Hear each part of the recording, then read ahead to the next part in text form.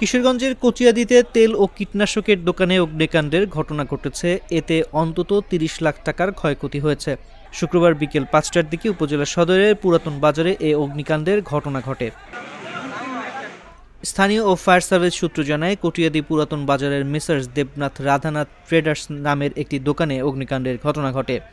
পরে কটিয়াদী ফায়ার সার্ভিসের স্টেশনের একটি ইউনিট ১ ঘন্টা প্রচেষ্টায় আগুন নিয়ন্ত্রণে আনে।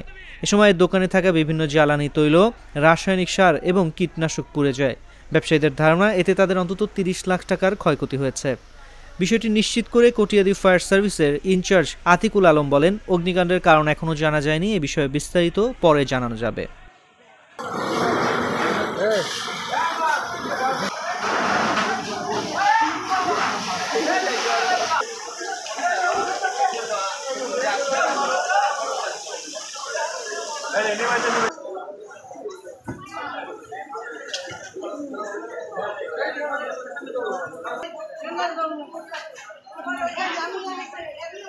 Ya,